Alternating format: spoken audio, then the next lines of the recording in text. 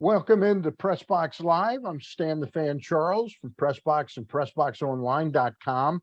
With me, as he is every Monday from down in Florida, is Ross Grimsley. And Ross, before we introduce our guest, I know you told me you're having crab night at your house down there in the Sarasota area, Bradenton area. I want to remind everybody that we are brought to you on these Monday night excursions into Birdland by the Costas Inn. Costas Inn, everybody knows in Baltimore about the Costas Inn, what a great place it is to sit down and eat, watch sports, be with your family and friends. But during the pandemic, they stepped up their game in the carry-out business. They are now, whether you call it curbside or carry-out, they have stepped up their game. Check out their menu, CostasInn.com, and the phone number 410-477-1975. And with that, Ross, I'll introduce our guest. He is the general manager of the luckiest team in minor league baseball right now, the Aberdeen IronBirds, and that is Jack Graham. Jack, how are you? Thank you for spending some time with us. I am blessed. I am very lucky, as you mentioned. Thank you for having me. It's really ironic because I always like to get you and my friend Phil Rye from down at Bowie on at the beginning of the season. So I didn't get you right before the season started, but I said, I got to get him before we get too far into the season. We booked about a week ago when I had no idea that Mr. Rutschman would be performing in your house starting tomorrow night. You start is it a 12-game homestand right now? 12 games in 13 days. So we're going to take on Jersey Shore this week, and then they'll be shortly followed by, gosh, I've already forgotten. I'm not looking that far ahead, but 6 more. That's all right. The following week. Okay. Brooklyn, that's right. The Brooklyn team. Tell us about when you found out Adley's going to be there. And realistically, I wouldn't think he's going to be there the whole 12 days. Do you have any idea? Is it going to be 4 games, 6 games? Do you have an estimate of that? Or that's totally up to Mike Elias? Well, obviously it's definitely up to Mike. He has his own plans, and I think that there are plans that are much larger than just Little Aberdeen. But we're optimistic that Adley will be with us for this homestand. Obviously things can change. If he goes 12 for 12 in his first 3 games, we may not be so lucky. But we're hoping he'll be here through this homestand. We hope that he is feeling good when that homestand. I apologize. Who's got music playing in the background there? Okay. I don't know where that came from. I apologize. Continue. No, that's fine. The mystery music, phantom music. We're hoping Adley will be with us through this series against Jersey Shore. There's no way to know. And Rico Garcia is coming this week, and DL Hall will pitch at some point this week as well. And we're excited to have those guys. But let me tell you about this roster we already have. Man, we've got a ton of prospects. We're swimming in good fortune. So tell me, you've got a little experience with the Adley effect, if you want to call it that. Yeah. You had him. You were the first team he played for in organized ball back in 2019 when you weren't a full season A club. Yep. Tell us what the results were when news got out that he was going to be playing for you in 2019. What kind of effect did he have? Well, he came into town, or he was on his way into town, and we probably found out on a Tuesday. It was not as much notice as we had for this one. We probably found out this year last Friday. I think that there was a possibility that if his weekend went well, he could come up to Aberdeen. But we found out on a Tuesday, and by the time he played his first game Friday night, we'd sold about 1,000 tickets additional. And when your ballpark's only 5,800, 1,000 tickets is a lot of tickets. Yeah. So we're lucky that the Orioles it's a lot of hot dogs and beer and soda. Yes. Too. Well, and it is. And people from all over Maryland came too. It wasn't just Harford County or even Eastern Baltimore County. We had people from Frederick and Bowie and Pennsylvania and Virginia coming to see the number 1 prospect in the world. Ross, go ahead. Yeah, hey Jack. Speaking of attendance, how do you think that will I'm sure it's going to affect attendance. There's going to be more people, but any idea how many more people will be out to see this guy and some of the other prospects in this on this ball team? Yeah, well, on Saturday evening, we announced that he was coming out, and it was Saturday evening or Sunday morning, I can't remember. But in the last 48 hours, we've sold almost 400 tickets for the coming homestand. Not all of them are Tuesday, Wednesday, not all of them are Friday, Saturday. But I think that there's going to be a significant walk-up. I think people are going to physically drive to Ripken Stadium and buy tickets, and then hopefully hot dogs and beer, right? But absolutely, people are still learning that Aberdeen is playing baseball in April. They're used to us starting in June. Unfortunately, I won't say his name, but a season ticket member called today and said, "How come I haven't got my season tickets yet? I kind of thought they'd be coming soon." And we were like, "Oh, you've already missed your first game because you didn't pay your season ticket balance off yet." So we are still educating the consumer about us being a full season squad. Go ahead. One of the things that you mentioned, the roster. And I know, is it a 25-man roster? But I know you have 30, 31 guys on the team.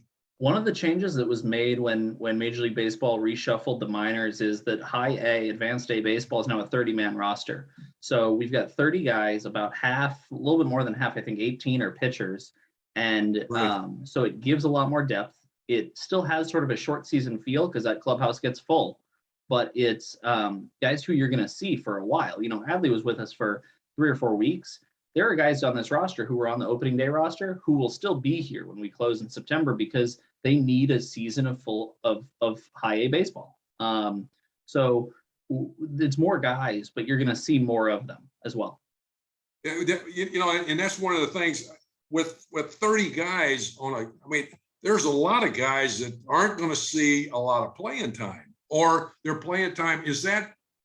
Was anything spoken about that? Because I know you want to get, obviously your prospects, your high round picks, they need to play every day. But with 30 guys, 18 pitchers, that's going to be really tough to get everybody playing time. Yeah, from a position player standpoint, I don't think that you're going to see much difference because, 2 catchers, that's normal. 4th outfielder, that's normal. All of a sudden, you're up to 11. You have a 5th infielder, 12, that's no problem. It's the 18 pitchers for sure. With a 6-game series, the way that they've structured minor league baseball, we may stick with a 5-man rotation. We may go to 6. That'll be up to Roberto.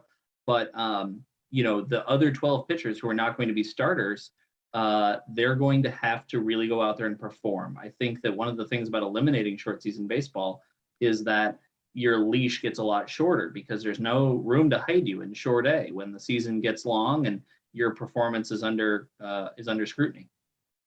We're talking with Jack Graham, the general manager of the full season Aberdeen IronBirds. And Jack, that was something, it's interesting that you brought up the topic of some fans not knowing or not expecting the full season right now for the Aberdeen IronBirds. When I looked up promotions, I wanted to see what kind of promotions you were having. And I got a story about the fact that you ended up adding on like 3 of your interns from a year ago to be full season employees now, I'm guessing. Can you tell us a little bit about how you had to staff up after realizing yourself how much more work there is and staff needs for a full season?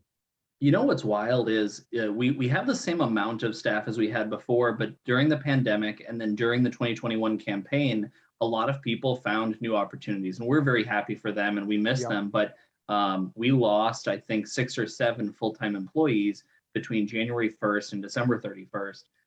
One went to sell tickets for the University of Delaware. That's where he's from. One took a job with an accounting firm. He went back to a bank. One went on to do marketing at Towson University. One went to work for the Baltimore Orioles. So all of these great things, we're a minor league team, both on and off the field. People are growing and developing constantly and moving on. And it creates opportunities in the front office where a Bowie Bay Sox intern gets to become our partnerships activation coordinator. My operations intern became the operations manager for the ballpark. We were able to add on a new marketing director who just graduated from Salisbury University. So strong, young local talent is starting to rise to the top in Aberdeen. And so our staff may be the same size as it was this time last year, but the faces may have changed, and I think the energy is really great in the ballpark. So I missed part of that. In the story, it didn't say that, but you lost a lot of people due to the pandemic.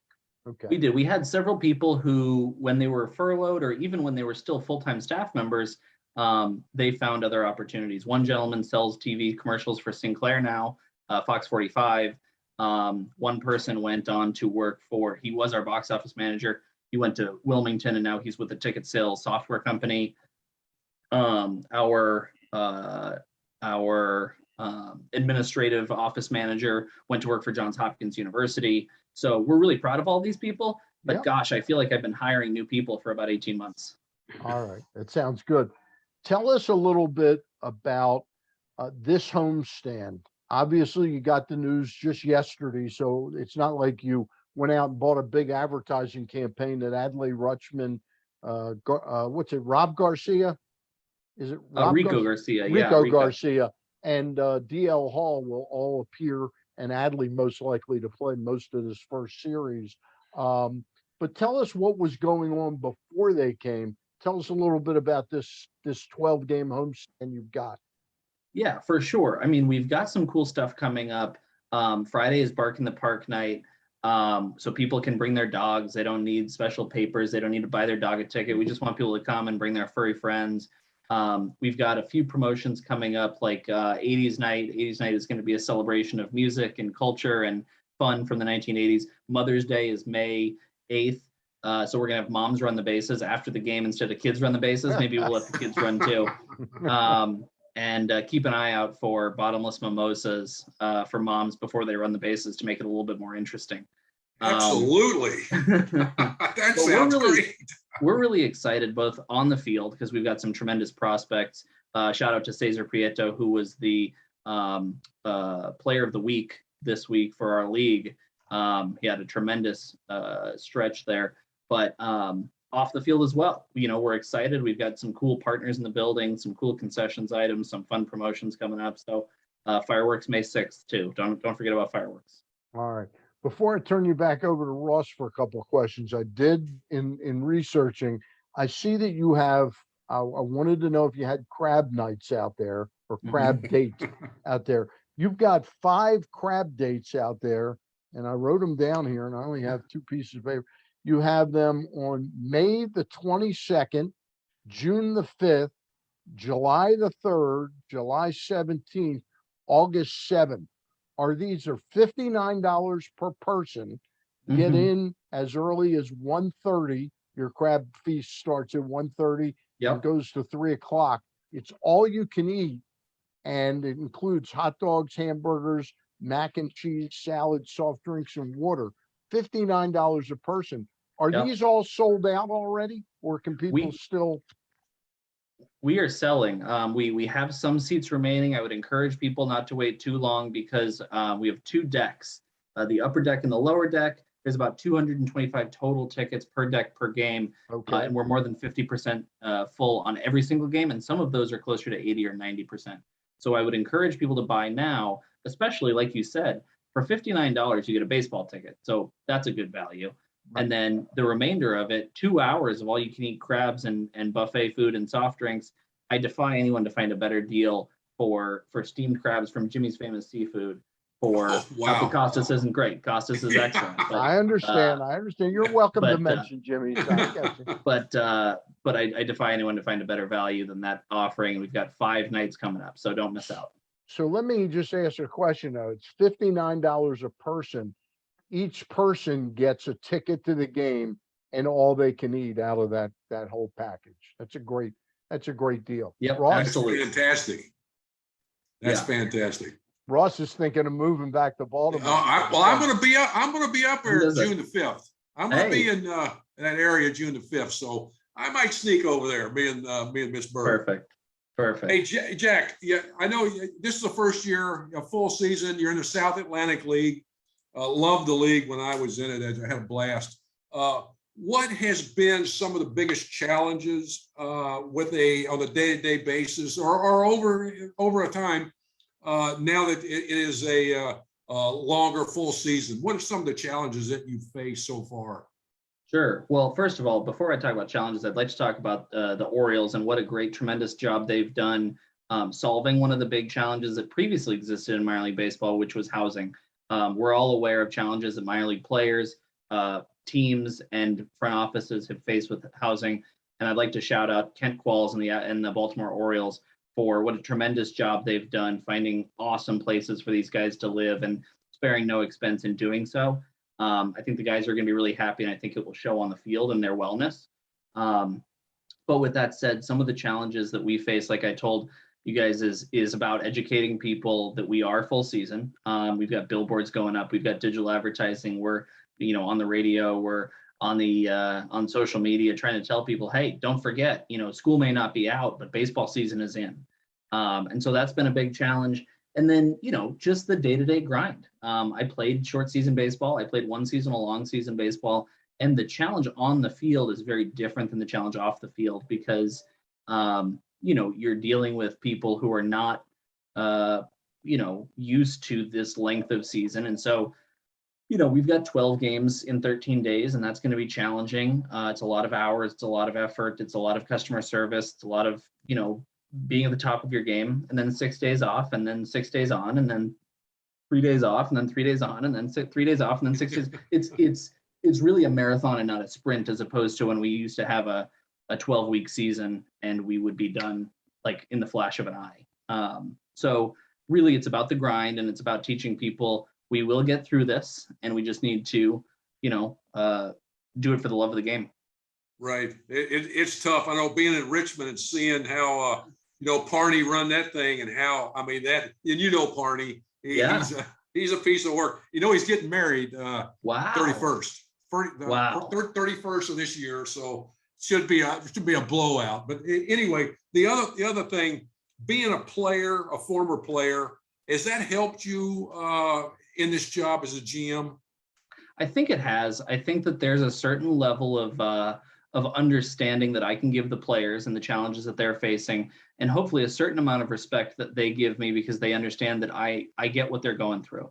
Right. And so we communicate a little bit more effectively because I can use the right words, right? And I can say the right things, and I understand what their challenges are. The first day when they show up, I always tell them baseball is first. Fireworks are great. Promotions are great.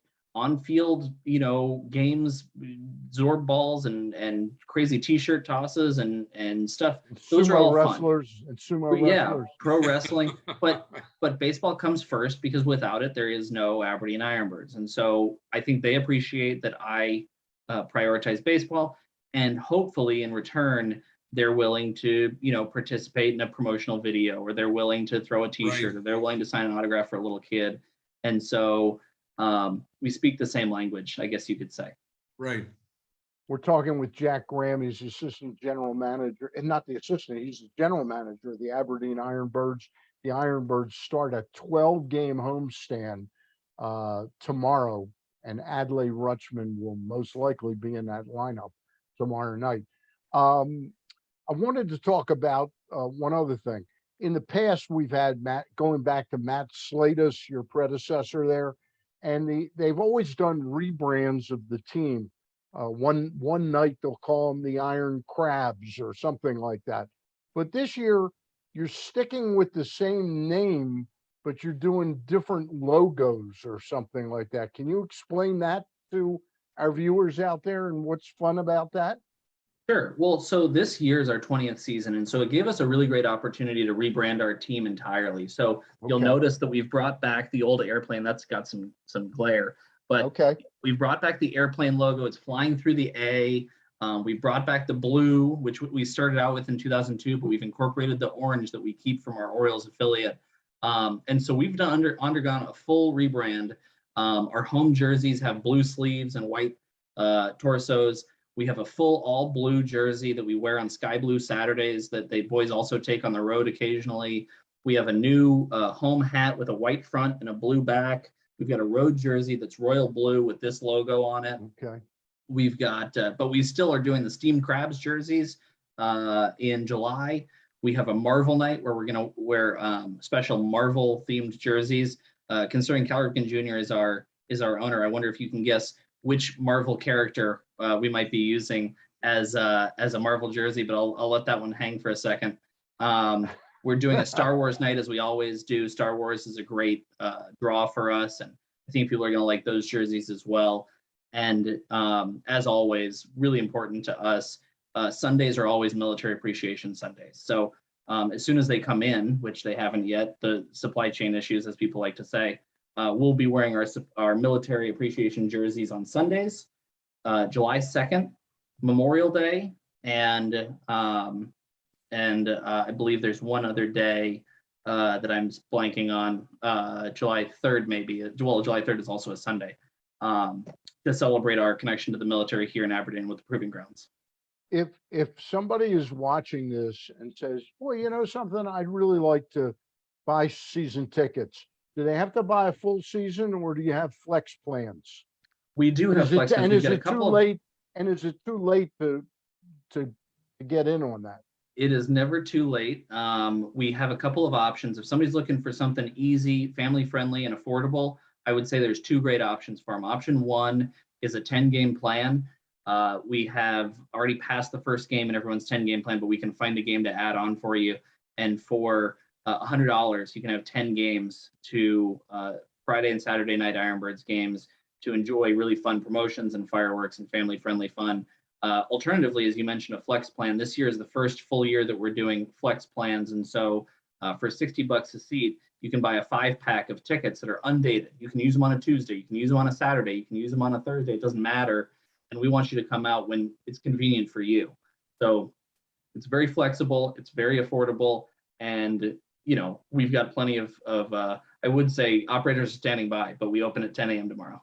And we remind people that when they pull up the IronBirds Stadium, Ripken Stadium, it's free parking there, correct? Free parking, just like Cal intended it, just like he made it in 2002. Parking is free.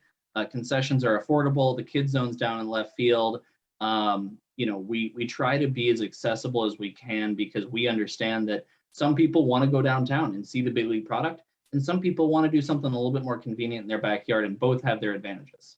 Well, and especially with Adley Rutschman playing up there, if you really do want to get a glimpse of the future of the Baltimore Orioles, yes, grab a press box and read our cover story, yes, about Adley Rutschman. It takes a leader, and then go head out to the ballpark one of these next 6 days.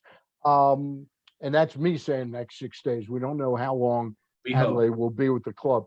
I wanted to pick up on one thing you were talking about, Jack, when you gave kudos to the Orioles for helping with the housing. Have the IronBirds ever been where you had foster families for the players? And is that still in play, or has that sort of been abandoned with the Orioles helping out with housing now?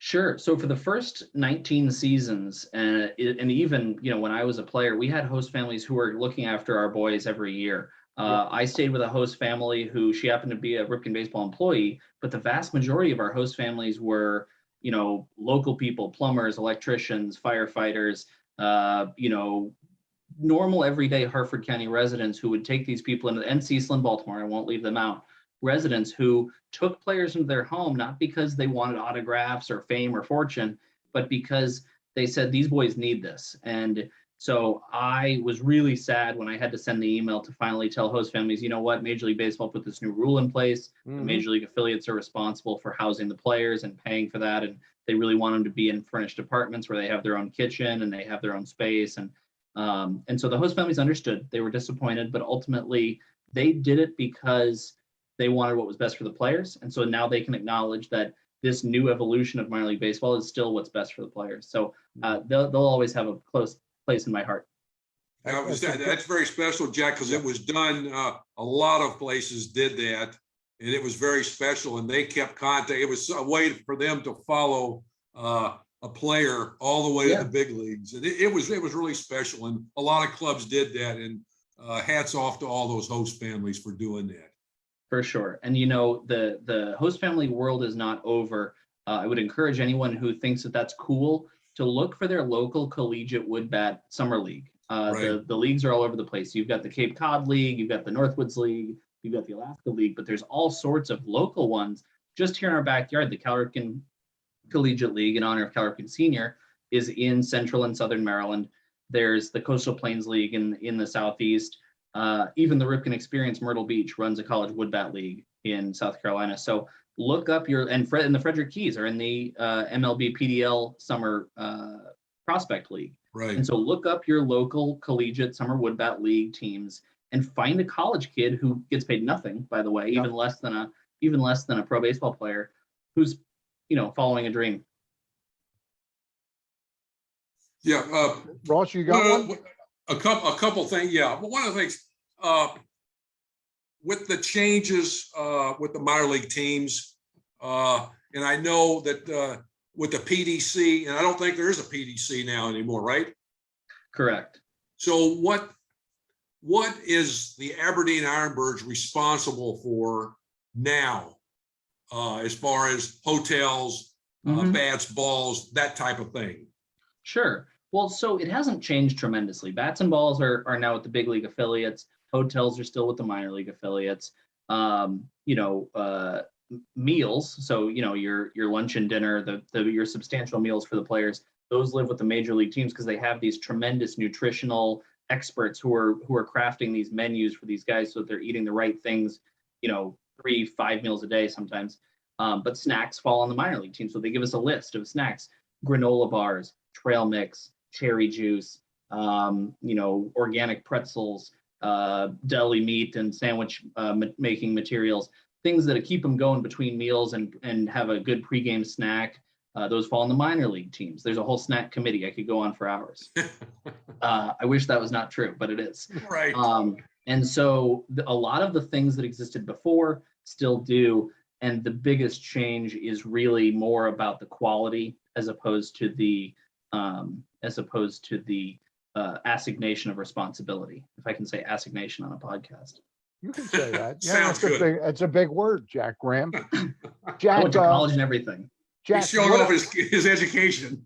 just so folks know, and I refresh for myself, what are game times on weeknights and what are they on the weekends? Sure. So Tuesday through Friday we play at 7:05. On Saturdays we play at 6:05, and Sunday we play at 2:05 for those crab feast days. The only exception being Saturday, July 2nd, because sunset is awfully late on July 2nd. We're shooting fireworks, so we're going to start at 7:05 that night. All right, sounds good. The fireworks nights, how many of those do you have? Because I know those are popular. It looks like about 4 or 5 over the summer. Is that about right? We've got 11 left. We've got 11 fireworks okay. nights left. Yep, we're very excited. May 6th is our next one, and then they start to pick up in June and July and August. I think we have 9. I think we have 2 in May and 9 between 9 in June, July, and August. 2 in September, actually. Excuse me. And one thing that I can announce here today, which we haven't really put out to the public yet, but we're about to start, is on July 4th. It's a Monday, and the IronBirds are not home. They're actually up in Brooklyn taking on the Cyclones. But what we're going to do is we're going to have a fireworks show in Ripken Stadium for a very small ticket price where you can come in. There'll be live music. The kids zone will be open. We'll have the concession stands open. You'll be able to play catch on the field. You can run around. And then instead of sitting on a blanket in the park watching fireworks, you can have a real seat at Ripken Stadium to enjoy the fireworks, from the comfort of your local minor league baseball stadium. So we're really excited about that, and we're optimistic that people will come to it. Last year, almost 2,800 people came to the fireworks show on Sunday, July 4th. We're hoping for 4,000 or 5,000 this year. So we're really excited about that. Have you ever given it any thought, Jack? I mean, when you were a player, you were at fireworks nights and all. Do you think the parents are more fascinated by fireworks or kids, or is it equal? And what is it about them that creates such a fascination? I'm glad you acknowledge that I have seen so many fireworks nights, because I honestly, I could take or leave fireworks at this point, but they are so tremendously popular. It is a fascination for all ages. I think that it's sort of a sandwich effect where from the time that you're no longer scared of them, call it 4 or 5 years old, until you're, in your late teens and fireworks are no longer hold that cachet, you're just tremendously fascinated. And then there's a while where like you're too cool for fireworks, you're Yeah. in your late teens, early 20s, and you think, you know what, they're not that great. But then immediately when it's time for you to start having kids, all of a sudden they're fascinating again. And that goes through, we've got 95-year-old fans who show up for the fireworks. So it is a fascination for all ages, and even teenagers, I would say, once they're there, they enjoy the show. All right. Jack, we know that you've got an incredibly hectic schedule, so we're going to let you go now. Is my best way to get you the next day or two is email? Yes, email's going to be good. I'm going to be running around setting up the stadium, but whenever you're looking for me, that's how you're going to find me. All right, because I'm going to try and get out one of the next 2 nights. All right. Cool. Absolutely. We really appreciate your coming on, and best of luck in 2022. You got a great jump start now with the Adley Rutschman, Garcia and DL Hall, Rico Garcia and DL Hall all appearing. Thank you really so much. Appreciate it. Appreciate you having me on. Go IronBirds. All right. Go IronBirds. All right. And Ross, I'll just and Jack, you don't have to stay for this, or you can, but I'll just remind everybody that this program has been brought to you by the Costas Inn. The Costas Inn, everybody in Baltimore knows the Costas Inn is a great place to go eat crabs, crab cakes, steaks, salads, whatever it is, watch sports. But during the pandemic, they really raised their game in the carry out, curbside pickup business. The Costas Inn, located 4100 North Point Boulevard, 410-477-1975. And the website is costasin.com. All right. For Jack Graham out there at the Aberdeen IronBirds, for Ross Grimsley, I'm Stan the Fan Charles, and we'll see you down the road. No show this Thursday night because of the NFL draft. We're taking the night off. See you next Monday night. Bye.